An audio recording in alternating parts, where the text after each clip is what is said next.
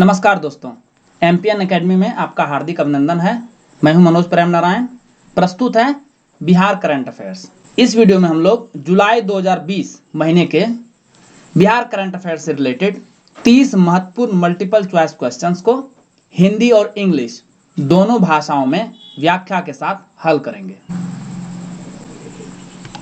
पहला प्रश्न है, बिहार में रंगीन मछलियों के उत्पादन पर राज्य सरकार कितने प्रतिशत तक का अनुदान देगी? Grant up to what percentage will be given by state government on the production of coloured fish in Bihar? The right answer is option number C, 60% तक। रंगीन मछली उत्पादन, बिक्री और एक्वेरियम निर्माण के माध्यम से अधिक युवाओं और महिलाओं को रोजगार दिलाने का लक्ष्य है। रंगीन मछली उत्पादन के लिए सामान्य वर्ग को 40% अनुदान मिलेगा, जबकि SC, ST, OBC और सभी वर्ग की महिलाओं को 60% अनुदान मिलेगा। और यह PM मत्स्य संपदा योजना के तहत इस साल शुरू हो रहा है। देश के पहले दृष्टिबाधित IAS अधिकारी का नाम क्या है? What is the name of the first blind IAS officer of India? The right answer is option number B, Rajesh Singh. यही है। ये पटना जिले के धनरवा गांव के रहने वाले हैं।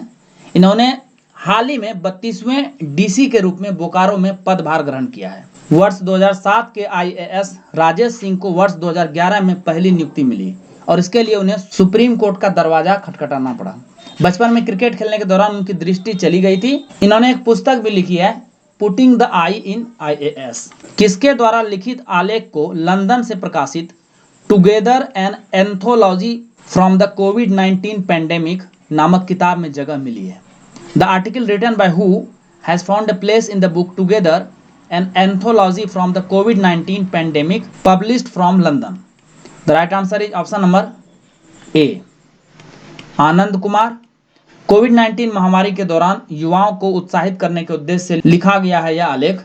यह पुस्तक ब्रुनेल यूनिवर्सिटी के 2 छात्रों पॉली ओटार्मस और देव आदित्य के दिमाग की उपज है, जिसका उद्देश्य वायरस से लड़ने वाले कार्यकर्ताओं और फ्रंट लाइन सेवाओं का समर्थन करना है। इसमें डॉक्टर फ्रेक F इस्लाम, सुपर 30 के संस्थापक आनंद कुमार, ब्रिटिश गायक एनाबेल लेवेंटन, हंगरी लैब के संस्थापक बियान ली, भारतीय संगीतकार बप्पी लहिड़ी के लेख इस पुस्तक में शामिल किए गए हैं और यह पुस्तक अमेजन पर उपलब्ध हो गई है। बौद्धकालीन इतिहास से जुड़ा नौनगर टीला बिहार के किस जिले में स्थित है?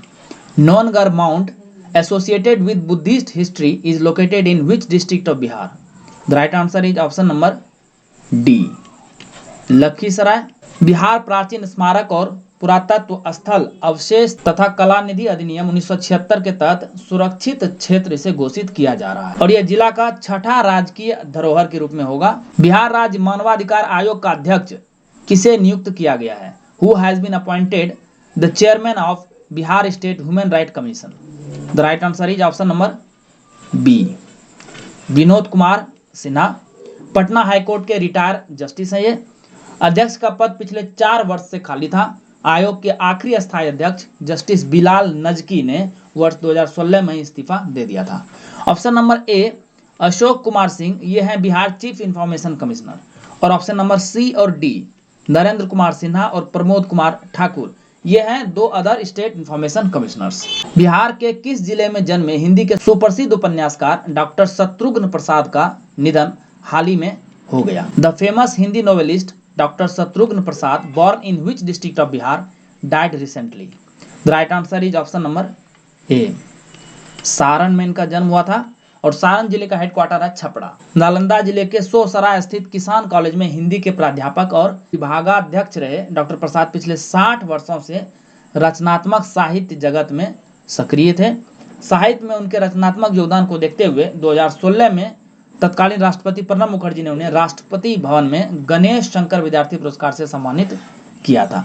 इनकी प्रसिद्ध रचनाएं हैं सरस्वती सदानीरा, कश्मीर की बेटी, शिक्षा साक्षी है, हेमचंद्र विक्रमादित्य, सुनो भाई साधो, तुंगभद्रा पर सूर्योदय, अरावली का मुक्त शिखर एवं शहजादा। भारतमाला प्रोजेक्ट के तहत देश का सबसे लंबा सड़क पुल बिहार के किस जिले में बनाया जा रहा है? In which district of Bihar is the longest road bridge of India being built under the Bharatmala project? The right answer is option number C, Madhubani में। इसका निर्माण मधुबनी जिले के भेजा से सुपौल जिले के बकौर तक होना है, यानी मधुबनी और सुपौल दोनों में से कोई भी ऑप्शन रहेगा तो सही हो जाएगा। यहाँ मधुबनी ऑप्शन में है तो सही जवाब है। इस पुल की लंबाई 13.2 किलोमीटर होगी और इस 2 लेन पुल की लागत होने वाली है 984 करोड़ रुपये। और यह पुल किस नदी पर बनेगा? कोसी नदी।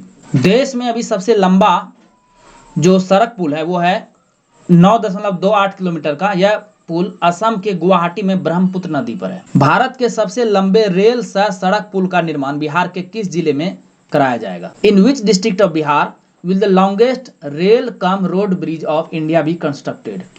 The right answer is option number C. Bhagalpur में। पुल और पहुंच पथ मिलाकर पुल की कुल लंबाई होगी 24 किलोमीटर। पूर्व मध्य रेल के अनुसार इस पुल का एक छोर बटेश्वर स्थान कहलगांव और दूसरा नवगछिया कटिहार रेलखंड के कटरिया स्टेशन के पास मिलेगा। गंगा पुल पर दोनों तरफ से बनने वाले इस पुल की स्वीकृति 2016-17 की रेल बजट में ही मिली थी, लेकिन निर्माण की गति आगे नहीं बढ़ पाई। इसमें टोटल जो बजट है वो 2000 करोड़ रुपए का है और दिसंबर 2020 में टेंडर निकलने वाला है और निर्माण कार्य 2021 में शुरू हो जाएगा। Medical journal health Lancet global health में प्रकाशित सर्वे के अनुसार कोरोना संक्रमण फैलाने के लिहाज से देश में सबसे अधिक खतरे वाला जिला कौन सा है? According to the survey published in the medical journal Health Lancet Global Health, which is the most threatened district in the country in terms of spreading corona infection? The right answer is option number C. Bihar का दरभंगा जिला। 9 राज्यों Bihar, Madhya Pradesh, Telangana, Jharkhand, UP, Maharashtra, पश्चिम बंगाल, उड़ीसा और गुजरात में index का अध्ययन है ये। इन राज्यों का सूचकांक 0.75 से अधिक है, जिसे ज्यादा संवेदनशील माना गया है। इसमें बिहार के दरभंगा जिले का सूचकांक 1 के करीब है और यह सबसे अधिक खतरे वाला जिला है। बिहार में बीते एक सप्ताह में जिन जिलों में सबसे ज्यादा तेजी से मामले बढ़े हैं उसमें पटना, भागलपुर, सिवान, नालंदा, मुजफ्फरपुर, बेगूसराय शामिल है। बिहार में जो कुल मामले सामने आए हैं उसमें से 38% इन्हीं जिलों में हैं। कोविड-19 महामारी के दीर्घकालिक प्रभाव के संदर्भ में बिहार के कितने जिले भारत के 20 सबसे संवेदनशील जिलों में से हैं? How many districts of Bihar are among the 20 most vulnerable districts of India in terms of long-term effects of the COVID-19 pandemic? The right answer is option number B. Bihar के कुल 8 जिले हैं भारत के 20 जिलों में से, जिसमें से दरभंगा पहले स्थान पर है। वैधताओं को 0 से 1 के पैमाने पर रेट किया गया है। बिहार के अन्य जिले हैं, यानी 7 और अन्य जिले हैं समस्तीपुर, सारण, शिवहर, वैशाली, सहरसा, मुंगेर और खगड़िया। कोविड-19 महामारी के प्रसार के मामले में मध्य प्रदेश के बाद बिहार देश का दूसरा सबसे ज्यादा उच्च जोखिम वाला राज्य है। बढ़ते कोरोना संक्रमण के बीच किसकी अध्यक्षता में 3 सदस्यीय केंद्रीय टीम हालात की समीक्षा करने बिहार पहुंची थी? Amid growing corona infection, under whose chairmanship did the 3-member central team reach Bihar to review the situation? The right answer is option number B. Lav Agarwal, और ये केंद्रीय स्वास्थ्य मंत्रालय के संयुक्त सचिव हैं। इस टीम में national centre for disease control के निदेशक डॉक्टर SK सिंह और एम्स के मेडिसिन विभाग के एसोसिएट प्रोफेसर डॉक्टर नीरज निश्चल भी शामिल थे। 2 दिवसीय बिहार दौरे पर आए केंद्रीय स्वास्थ्य मंत्रालय की टीम ने बिहार सरकार को कंटेनमेंट जोन की बेहतर निगरानी करने की सलाह दी है। इसके अलावा केंद्रीय टीम ने डॉक्टर और स्वास्थ्य कर्मियों को विशेष ट्रेनिंग देकर सरकारी अस्पताल के साथ साथ ही निजी अस्पतालों में भी कोरोना मरीज के इलाज की सुविधा शुरू करने की सलाह दी है। हाल ही में बिहार के किस पार्टी के एक MLC सुनील कुमार सिंह का निधन कोविड-19 की वजह से हो गया? Sunil Kumar Singh, a Bihar MLC of which party passed away recently due to COVID-19? The right answer is option number C. Bhajpa के यही है। करीब 65 साल के थे ये, दरभंगा के रहने वाले थे। बिहार के पहले ऐसे नेता और MLC हैं जिनकी मौत कोरोना से हुई है।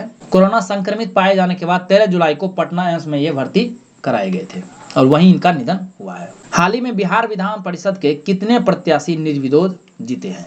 Recently, how many candidates of Bihar Legislative Council have won unopposed?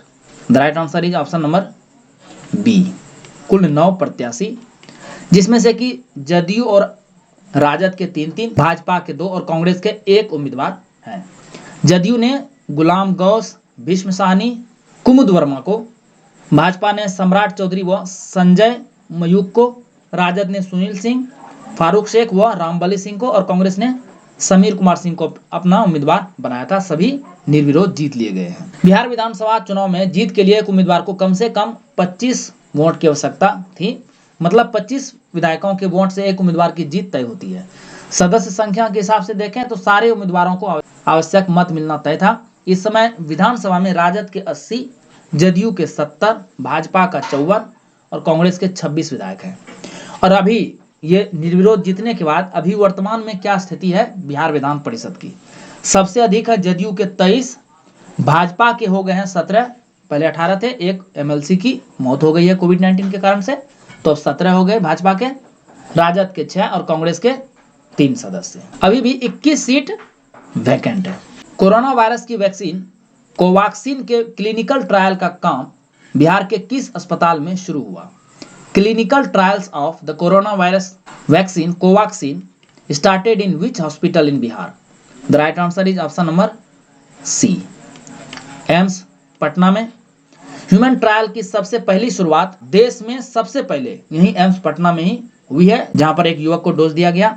कम से कम 50 और लोगों का यहां पर ट्रायल होगा। जिन लोगों को वैक्सीन की पहली डोज दी गई है उन्हें 14 दिन बाद दूसरी डोज दी जाएगी।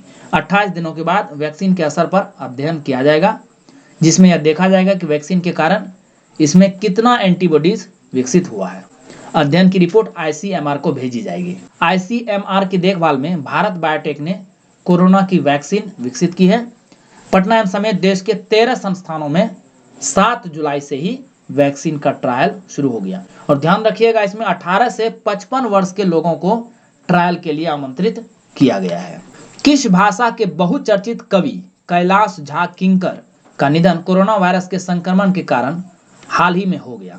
The famous poet Kailash Jha Kinkar of which language passed away recently due to corona virus infection? The right answer is option number B. ये अंगिका के कवि थे। अंगिका भागलपुर और अंग क्षेत्र में बोली जाने वाली भाषा है। किंकर खगड़िया नगर के निवासी और वहां के सांस्कृतिक पुरोधा थे। इन्होंने अंगिका और हिंदी में कविता की कई महत्वपूर्ण पुस्तकें लिखी है। 58 वर्ष की उम्र में इनका निधन हुआ है। वे चम्मन टोला खगड़िया के प्राथमिक विद्यालय में बतौर प्रधानाध्यापक कार्यरत थे। पत्र पत्रिका के शौकीन इन्होंने बिना विज्ञापन के कौशिकी, जो कि 3 महीने में एक बार प्रकाशित होती थी, को इन्होंने निकाला था। और देश भर के रचनाकारों को लेकर कौशिकी साहित्यिक व्हाट्सएप ग्रुप भी इन्होंने बनाया था। 12 से अधिक पुस्तकें इन्होंने लिखी है। इन्हें शिक्षक शिरोमणि किंकर भी कहा जाता था। हाल ही में चर्चा में रहे बिहार के मुख्यमंत्री नीतीश कुमार के प्रमुख सचिव कौन है? Who is the principal secretary of Bihar CM Nitish Kumar who was in the news recently? The right answer is option number D, Chanchal Kumar, यही है। और ये आईआईटी कानपुर के एलुमनी है। डिजिटल इंडिया इनिशिएटिव के तहत 10 और 12 जुलाई को आयोजित एल्स इंडिया ट्रांसफॉर्मेशन समिट में इलेक्ट्स टेक्नी मीडिया द्वारा इन्हें लॉकडाउन के दौरान काम के लिए अवार्ड ऑफ एक्सेलेंस का पुरस्कार मिला है। तालाबंदी अवधि के दौरान 21 लाख योग्य लोगों को समय पर सहायता प्रदान करने में प्रमुख भूमिका इनकी रही थी। ये भवन निर्माण विभाग के प्रधान सचिव का भी अतिरिक्त प्रभार देख रहे हैं। और ऑप्शन नंबर ए जो दिख रहा है आपको, एस सिद्धार्थ, ये है अभी बिहार के फाइनेंस सेक्रेटरी। और अमीर सुभानी, ये है होम सेक्रेटरी बिहार के। बिहार के किस जिले के एक सरकारी विद्यालय में ज्ञान बगीचा का निर्माण कराया गया है? In which district of Bihar has the knowledge garden been constructed in a government school? You can see the picture here. The right answer is option number B, Kaimur में। डिस्ट्रिक्ट हेडक्वार्टर है कैमूर का भभुआ। विद्यालय कैंपस के बगीचे में गणित के सूत्र, विज्ञान के सिद्धांत, हिंदी व्याकरण का समास और संधि और बहुत सारा नॉलेज ज्ञान बगीचा के रूप में लोहे के शिलापट पर दिखाई देगा। देखिए यह तस्वीर, जिससे बच्चों का बौद्धिक क्षमता बढ़े और खेल खेल में वह सीख सके। ज्ञान बगीचा लॉकडाउन की अवधि में शिक्षकों ने अपने निजी फंड से तैयार किया है, जो कि बहुत ही सराहनीय काम है। बच्चों को पढ़ाई बोझ न लगे, इसीलिए ज्ञान बगीचा बनाया गया है। कैमूर जिले के मोहनिया प्रखंड के इस विद्यालय का नाम है उत्क्रमित उच्च विद्यालय कटरा कला। बिहार में कितने वर्ष या उससे अधिक के अनुपयोगी कर्मचारियों को अनिवार्य सेवानिवृत्ति का आदेश सभी विभागों को दिया गया है? Compulsory retirement orders has been given to all departments in Bihar for inefficient employees aged how many years or more? How many years or more? The right answer is option number A, 50 वर्ष या उससे अधिक उम्र के कर्मचारियों को। खुद को उपयोगी साबित नहीं कर पाने वाले सरकारी कर्मचारियों को अनिवार्य सेवानिवृत्ति दी जाएगी। इस बारे में सामान्य प्रशासन विभाग ने दिशा निर्देश जारी कर दिया है और इन्हें कम से कम 3 माह पूर्व सूचना अथवा 3 माह के वेतन की समतुल्य राशि देकर 30 वर्ष की सेवा अथवा 50 वर्ष की आयु प्राप्त करने पर सेवानिवृत्ति दी जा सकती है। और यह किस नियम के तहत किया जाएगा? बिहार सेवा संहिता खंड 74 को। बिहार सरकार उन सभी सरकारी कर्मचारियों के परिजनों को विशेष पारिवारिक पेंशन का लाभ देगी जो 21 वर्ष पश्चात सेवा में आने के बाद कोरोना संक्रमण से मौत के शिकार हो गए हैं। Bihar government will give special family pension benefits to the relatives of government employees who died of coronavirus infection after coming into service after which year? The right answer is option number A, 2004। आप सभी जान रहे हैं कि 2004 तक पुरानी pension सुविधा बहाल है, तो 2004 तक जो भी कर्मी हैं यदि उनकी मौत होती है तो उनको तो पारिवारिक पेंशन वैसे भी मिलना ही मिलना है, लेकिन 2004 के बाद सेवा में आने वाले को पुरानी पेंशन व्यवस्था की जगह पर एनपीएस का लाभ मिल रहा है। कैबिनेट की बैठक में वित्तीय वर्ष 2021 के लिए प्रथम अनुपूरक बजट के प्रस्ताव पर भी मुहर लग गई है। सरकार ने प्रथम अनुपूरक बजट के तौर पर 250 करोड़ रुपए के अतिरिक्त व्यय को मंजूरी दे दी है। 3 अगस्त से शुरू होने वाले मानसून सत्र में सरकार इसे पेश करेगी। बिहार के किस विश्वविद्यालय ने भारत में पहली बार ऑनलाइन पीएचडी परीक्षा लेकर एक रिकॉर्ड बनाया है? Which university of Bihar has made a record by taking the online PhD exam first time ever in India? The right answer is option number C, Purnia विश्वविद्यालय। यूजीसी के स्तर से जारी दिशा निर्देशों का पालन करते हुए यूनिवर्सिटी ने पीएचडी कोर्स वर्क की ऑनलाइन परीक्षा का सफल आयोजन कर बिहार ही नहीं बल्कि पूरे देश में कीर्तिमान स्थापित कर लिया है। कुलपति प्रोफेसर राजेश सिंह की सीधी निगरानी में ऑनलाइन परीक्षा का आयोजन हुआ जिसमें 100% शोधार्थी शामिल हुए। 16 विषयों में अध्ययनरत सभी 44 रिसर्चर्स ने परीक्षा में भाग लिया। बिहार के किस शहर से सितंबर 2020 से उड़ान संचालन शुरू करने की घोषणा की गई है? It has been announced to start flight operations from September 2020 from which city of Bihar? The right answer is option number C, Darbhanga से। और यह उत्तर बिहार का पहला एयरपोर्ट होगा। पहले आंशिक रूप से कुछ विमानों की आवाजाही होगी और इसके 3 महीने बाद यानी दिसंबर 2020 से पूरी तरह एयरपोर्ट चालू हो जाएगा। और इस प्रस्तावित दरभंगा हवाई अड्डे का नाम प्रसिद्ध मैथिली कवि के नाम पर रखा गया है। तो उस मैथिली कवि का नाम क्या है जो कि मैथिली क्षेत्र में प्रसिद्ध मैथिली कवि हैं? उसका नाम आप कमेंट सेक्शन में लिखिए। दोस्तों, यदि आप इस चैनल पर नए हैं और इस चैनल पर प्रसारित होने वाले करंट अफेयर्स का पीडीएफ संपूर्ण व्याख्या के साथ प्राप्त करना चाहते हैं तो इसके बारे में सूचना वीडियो के अंत में दी जाएगी। दोस्तों, पीडीएफ के माध्यम से इस आधे घंटे के वीडियो को आप बहुत आसानी से 5 से 6 मिनट में रिवाइज कर पाएंगे। बेला रेल पहिया कारखाना बिहार के किस जिले में स्थित है? In which district of Bihar is Bela rail wheel factory located? The right answer is option number B, Saran जिला के दरियापुर प्रखंड में है।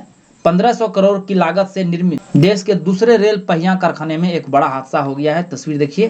कारखाना में पहिया की ढलाई के दौरान तकनीकी चूक होने से विस्फोट हो गया। इस दुर्घटना में कारखाने के 2 कर्मचारी समेत 4 लोग घायल हो गए।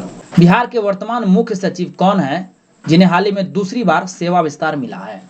Who is the current chief secretary of Bihar who has recently got service extension for the second time? The right answer is option number C, Deepak Kumar.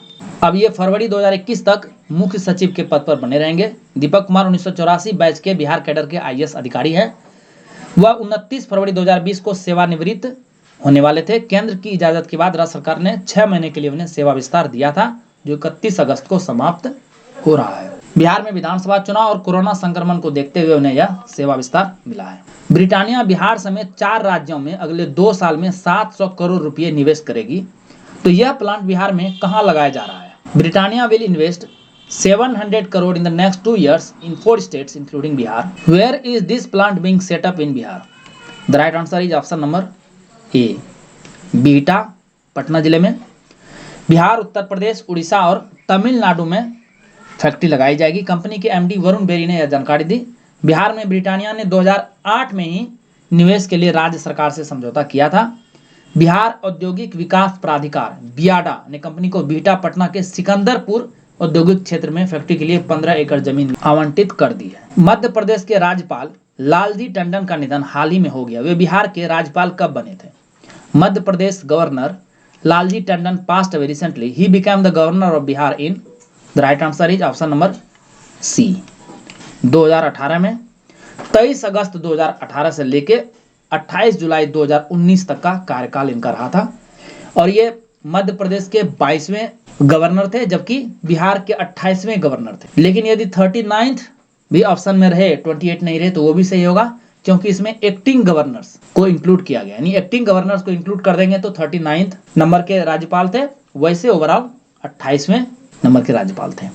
Lucknow के मेदांता अस्पताल में इलाज के दौरान इनका निधन हुआ 21 जुलाई को और इसी दिन बिहार में एक दिन का राजकीय शोक मनाया गया। लालजी टंडन की एक खास पहचान पूर्व प्रधानमंत्री अटल बिहारी वाजपेयी के निकट सहयोगी के रूप में थी।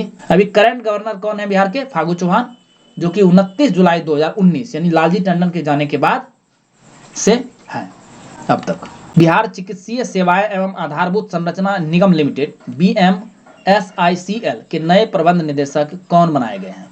Who has been appointed as the new managing director of Bihar Medical Services and Infrastructure Corporation Limited BMSICL? The right answer is option number A, Pradeep Kumar Jha. निदेशक सूचना एवं जनसंपर्क और बिहार संवाद समिति के प्रबंध निदेशक, और इस पद पर भी ये बने रहेंगे। संजय कुमार सिंह का इन्होंने स्थान लिया है, जिन्हें लखीसराय का नया डीएम बनाया गया है। 2 IAS अधिकारियों को निर्वाचन विभाग में अपर मुख्य निर्वाचन पदाधिकारी भी बनाया गया है, जिसमें लघु जल संसाधन विभाग के विशेष सचिव गोपाल मीणा और श्रम संसाधन विभाग में श्रमायुक्त रंजीता। देखिए ऑप्शन नंबर डी, ये भी न्यूज में थे, डॉक्टर निर्मल कुमार सिन्हा। ये बिहार के पहले डेडिकेटेड कोविड अस्पताल नालंदा मेडिकल कॉलेज अस्पताल NMCH पटना के अधीक्षक थे और जिन्हें हाल ही में हटा दिया गया है और इनके जगह पर इसी अस्पताल के डॉक्टर विनोद कुमार सिंह, जो कि शिशु रोग विभाग के प्राध्यापक हैं, को अधीक्षक पद का अतिरिक्त प्रभार सौंपा गया है। NHAI ने बिहार के किस जिले के मनिहारी और झारखंड के साहेबगंज के बीच 1900 करोड़ की लागत से बनने वाले पुल निर्माण के लिए कार्यादेश जारी कर दिया है? NHAI has issued a work order for the construction of a bridge between Sahebganj in Jharkhand and Manihari of which district in Bihar at a cost of 1900 crore rupees? The right answer is option number B, Katihar में, यानी ये जो मनिहारी है ये कटिहार जिले में है बिहार के। बिहार के पथ निर्माण मंत्री नंद किशोर यादव ने बताया कि गंगा नदी पर 4 लेन पुल निर्माण का कार्य 3 वर्षों में पूरा हो जाएगा। इस पुल के निर्माण से खास करके भागलपुर शहर को बड़ी राहत मिलेगी। अभी इस रूट की सारी गाड़ियां विक्रमशिला सेतु से ही उत्तर बिहार में प्रवेश करता है। 6 किलोमीटर लंबा है ये पुल, जबकि यदि अप्रोच रोड मिला देंगे तो यह 21 किलोमीटर होगा। झारखंड में ज्यादा है, 15.5 किलोमीटर और 5.5 किलोमीटर लंबा है यह बिहार में। बिहार के स्वास्थ्य विभाग में प्रधान सचिव के पद पर किसे नियुक्त किया गया है? Who has been appointed as the principal secretary in the health department of Bihar? The right answer is option number B, Pratyay Amrit. यही है, प्रत्यय अमृत मौजूदा प्रधान सचिव उदय सिंह कुमावत का स्थान लेंगे।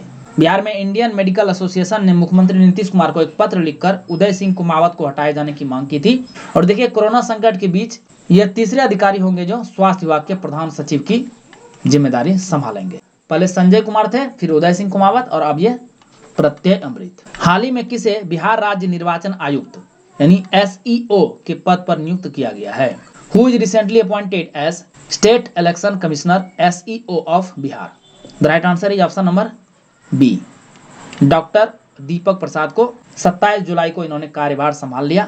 बिहार के कैबिनेट प्रधान सचिव रहे IAS अधिकारी हैं ये। हाल ही में इन्होंने VRS लिया था। नियुक्ति 5 वर्ष की अवधि या 65 वर्ष की आयु पूरी होने तक रहेगी, जो भी पहले हो। अभी वर्तमान में बिहार के मुख्य निर्वाचन पदाधिकारी यानी CEO चीफ इलेक्शन ऑफिसर कौन है? ये हैं HR श्रीनिवास। इस महीने का अंतिम प्रश्न बिहारी बॉय फिल्म अभिनेता सुशांत सिंह राजपूत की आखिरी फिल्म दिल बेचारा से। यह फिल्म किस OTT प्लेटफॉर्म पर रिलीज की गई? Film actor Sushant Singh Rajput last film दिल बेचारा was released on which OTT platform? The right answer is option number D, Disney+ Hotstar Bharat का सबसे अधिक सब्सक्राइब्ड ओटीटी प्लेटफॉर्म है यह। शुक्रवार 24 जुलाई को रिलीज हुई है। इसकी अभिनेत्री है संजना सांगी। और भी महत्वपूर्ण इन्फॉर्मेशन इससे रिलेटेड जान लीजिए। प्रश्न इंपॉर्टेंट है, कहीं से भी पूछा जा सकता है। इस फिल्म के निर्देशक हैं मुकेश छाबड़ा, म्यूजिक डायरेक्टर हैं AR रहमान और ये इसके प्रोड्यूसर है फॉक्स स्टार स्टूडियोज। बहुत अच्छा रिस्पांस मिला इसको। IMDb में 9+ की रेटिंग मिली है। और ये किस पुस्तक से ली गई है इसकी कहानी? The fault in our stars. और इसके लेखक हैं इस उपन्यास के जॉन ग्रीन। OTT का फुल फॉर्म क्या होता है? OTT का फुल फॉर्म है over the top media services.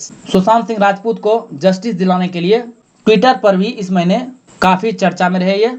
Justice for Sushant Singh Rajput, CBI for Sushant Singh Rajput. और अभी भी ये विवाद थम नहीं रहा है क्योंकि CBI जांच की मांग जनता द्वारा की जा रही है। इस महीने के जो भी 30 महत्वपूर्ण मल्टीपल चॉइस क्वेश्चन बनते थे वो तो प्रश्न में डिस्कस हो गए।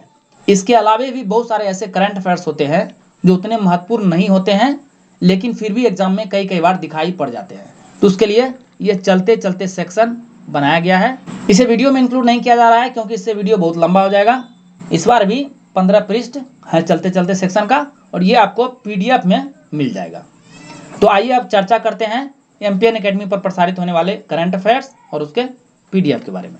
दोस्तों वैसे तो मार्केट में और ऑनलाइन करंट अफेयर्स की कोई कमी नहीं है, भरे पड़े हैं।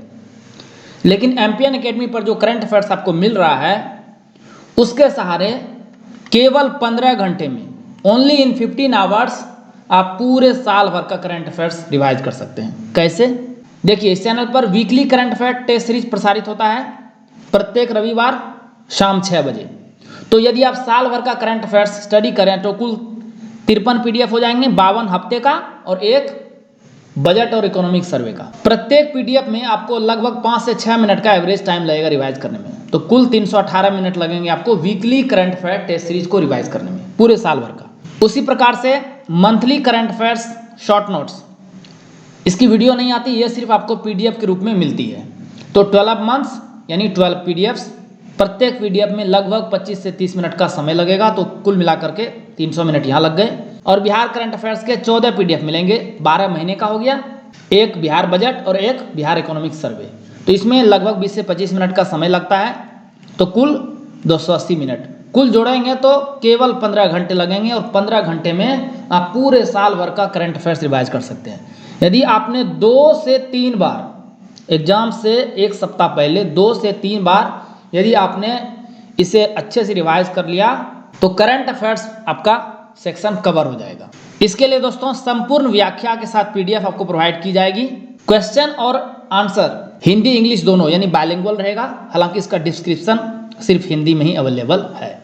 इसके लिए एक बहुत ही साधारण शुल्क है, एनुअल फी है, एक ही टाइम पे करना है 600 रुपीज और आपको सारे PDF आपको मिल जाएंगे। बैंकिंग डिटेल दिया हुआ है, प्रियंका कुमारी के नाम से अकाउंट है, इसमें आई नहीं है, ध्यान रखिएगा। IFSC कोड और अकाउंट नंबर दिया गया है। साथ में पेटीएम, फोनपे, UPI और गूगल पे के थ्रू से पे कर सकते हैं। एक ही नंबर है 7366005556। ये व्हाट्सएप नंबर भी है। आप ट्रांजैक्शन करके इसी व्हाट्सएप पे पेमेंट का स्क्रीनशॉट भेज दीजिए, आपको व्हाट्सएप पे ही PDF मिलना शुरू हो जाएगा। चाहे आप उसका प्रिंट आउट ले लीजिए, अदरवाइज आप ऑनलाइन भी रिवाइज कर सकते हैं। वीडियो देखने के लिए बहुत बहुत धन्यवाद। All the best.